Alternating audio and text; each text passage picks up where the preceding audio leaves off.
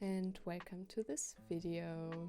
My name is Willow and normally I draw digitally with my graphic tablet. I've kind of been in an art block for some time, so I felt really motivated to try something I haven't done in a while. Painting with acrylic paint. It's also been some time since I've had an actual sketchbook. I started drawing in this DIN A5 Moleskine sketchbook on the 8th of December 2022, so not really long ago. At the beginning I drew a lot with ink pens, but I've gotten interested in trying to paint with oil paint or acrylic paint, which is why I decided to train in this sketchbook first, without having to feel bad about wasting a whole canvas if I mess up or if I don't like the result. As you can see, I've already prepared a portrait sketch with a red colored pencil. I found this picture here on Pinterest and used it as a reference because I really like their makeup, the blue strands of hair, and just generally the whole aesthetic. Sadly, I can't seem to find the actual person on this picture, so if you know who the model is, please help me out and feel free to tell me their name. I'd love to credit them. And I guess since I liked them so much, I started with painting these blue hair strands. I don't really have lots of experience with acrylic paint, so I kind of did what felt right to me. And now that I know a little bit more, I think I should have primed the page with either a layer of white paint or maybe one with a warm orange or maybe amber tone. I think then the paint wouldn't have dried out so fast while painting one brush stroke, and it could have given the whole painting a pretty warm undertone. What also stood out to me was the fact that sometimes I maybe used a little bit too much water. It sometimes looked like I painted with watercolors instead of acrylic paint, but I guess that's also a cool mechanic of acrylic paint. I think there's no universal code or rule in art or in using stuff to create art, so I guess that's fine.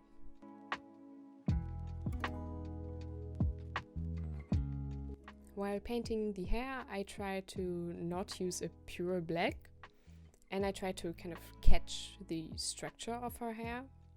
And I started with a thin color base and went in with darker colors after that.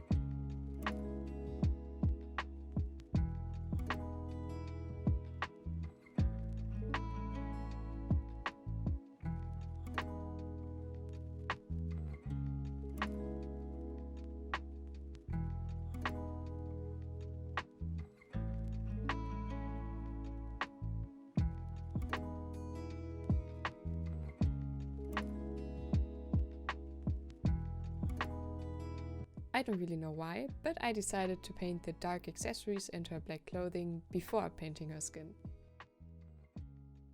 I also, again, didn't use a pure black because I think using pure black often looks very bland. Even if something seems very dark, there's always something affecting it, which adds some sort of color. For example, a source of light or the structure of the material itself.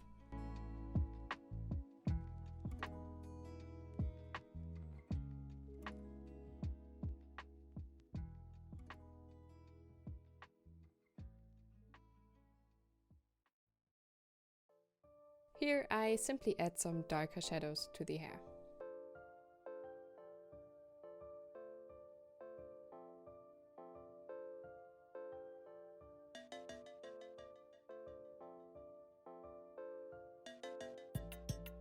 I then went on with painting her lash lines and irises.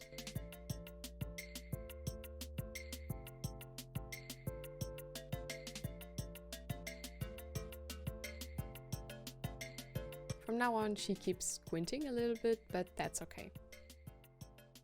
It also felt right to me to fill in the other darkest features of her face, like the nostrils and the place where her lips touch.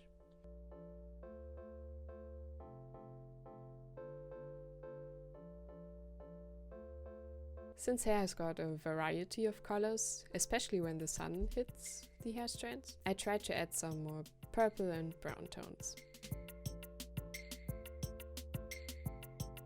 I've actually been drawing digitally since like 2014 or 2015, which is 8 or 9 years ago, which also doesn't automatically mean that I'm extremely good at it. No, no, no, no.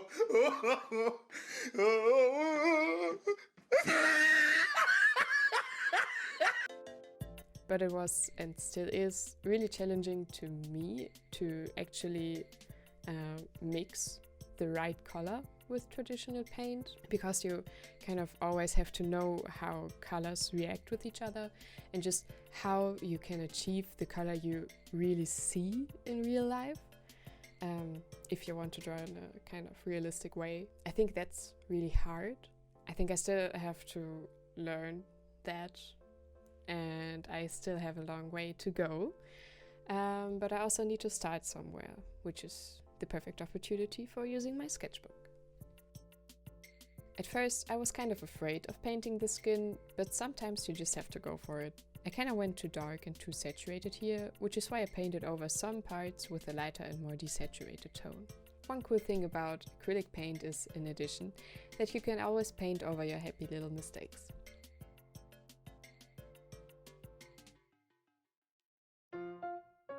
I looked at my reference and searched for a color that I saw frequently on her skin and tried to mix that shade.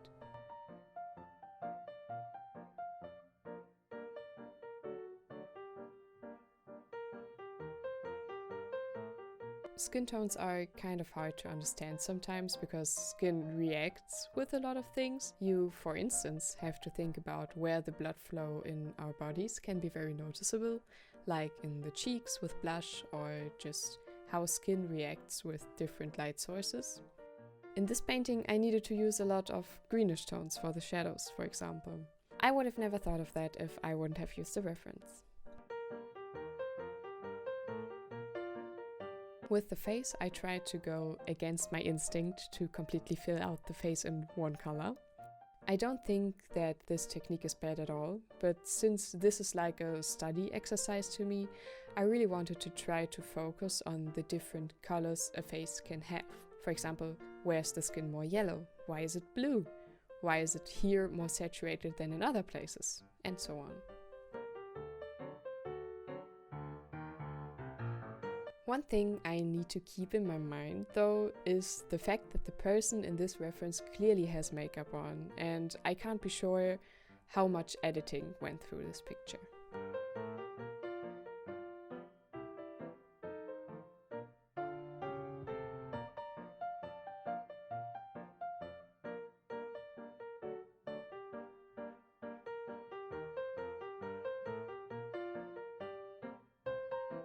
Sometimes things didn't go as planned.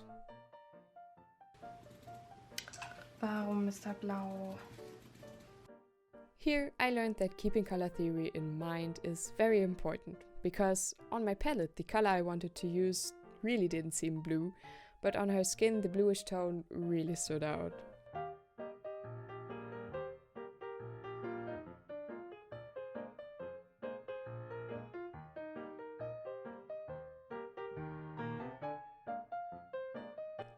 I didn't really try to achieve a very realistic portrait.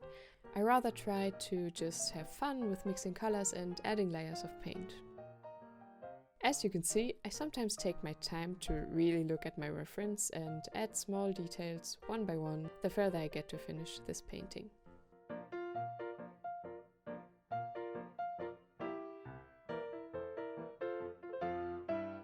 I added a nice reddish pink as a lip color, and I really like the fact that the purple I painted at the beginning of this painting still shines through.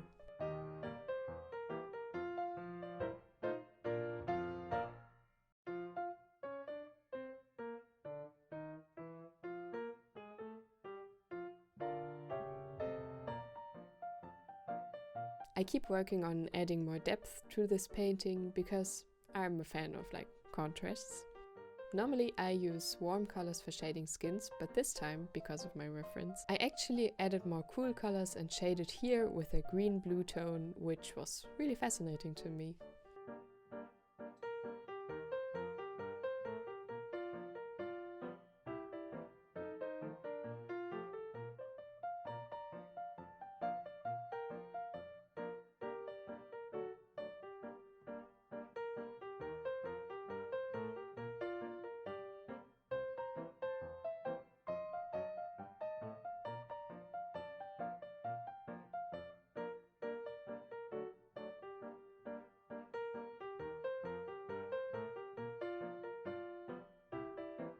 This part right here is one of my favorite parts of this painting. Adding these light blue hair strands felt really good and is so pleasing to look at.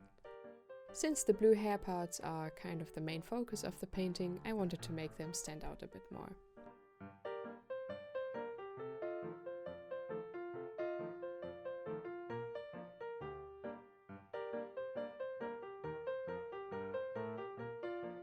I then went on with painting the eye color and decided to add some of this green color to the ends of her hair. Why? I don't know. It just felt right.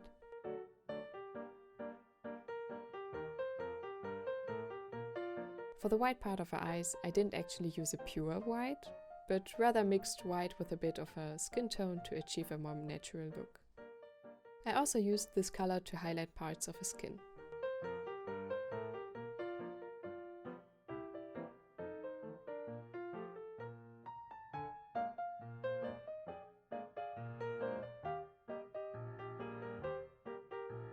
Right here, I added a yellow tone next to the bridge of her nose. I think I did that because the person on my reference has got some warm toned freckles, which make the area around them also appear more warm.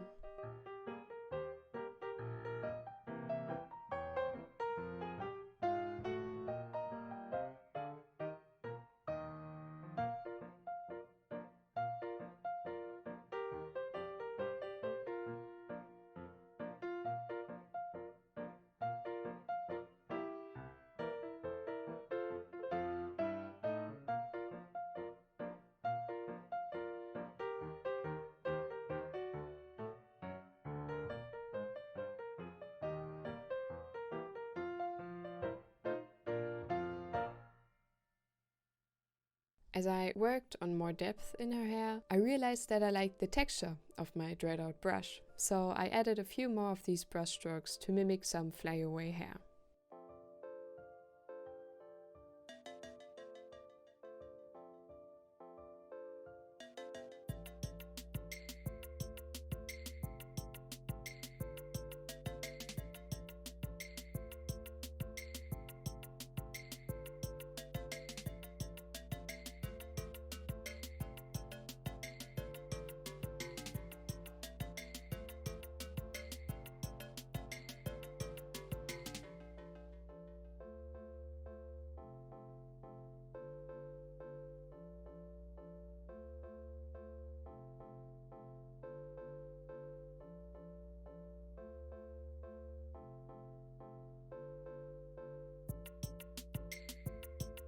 I painted her molds and proceeded to add light brown highlights to her hair.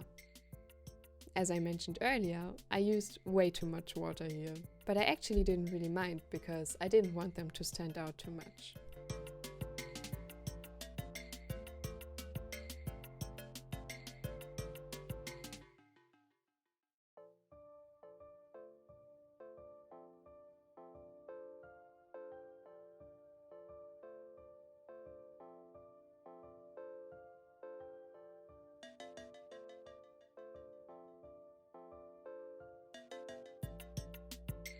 I went on with painting lots of freckles.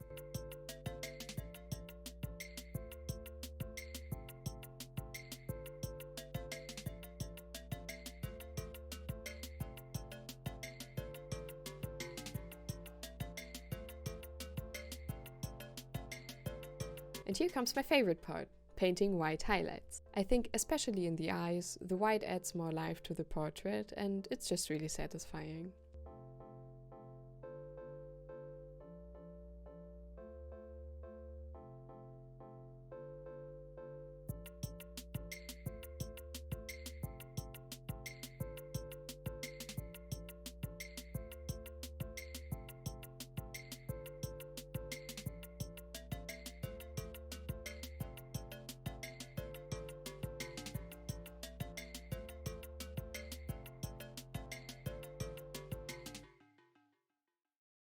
I also wanted to try to use something other than a brush and took my spatula to paint the lower lashes.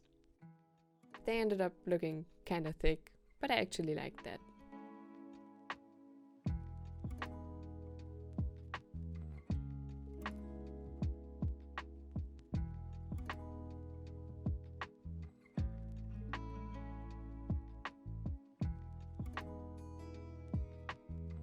I then used my brush again, trying to paint finer lashes, which sometimes didn't go that well.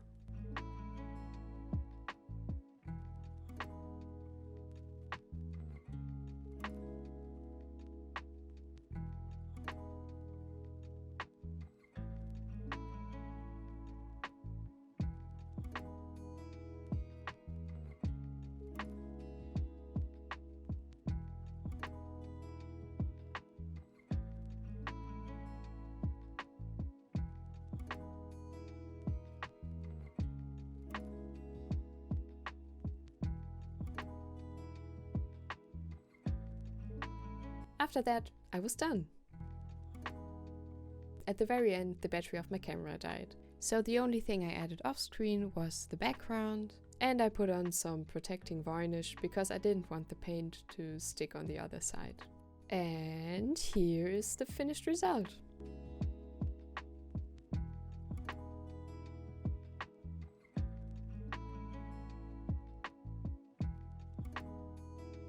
I really hope you enjoyed my painting progress, and hopefully we will see each other again sometime.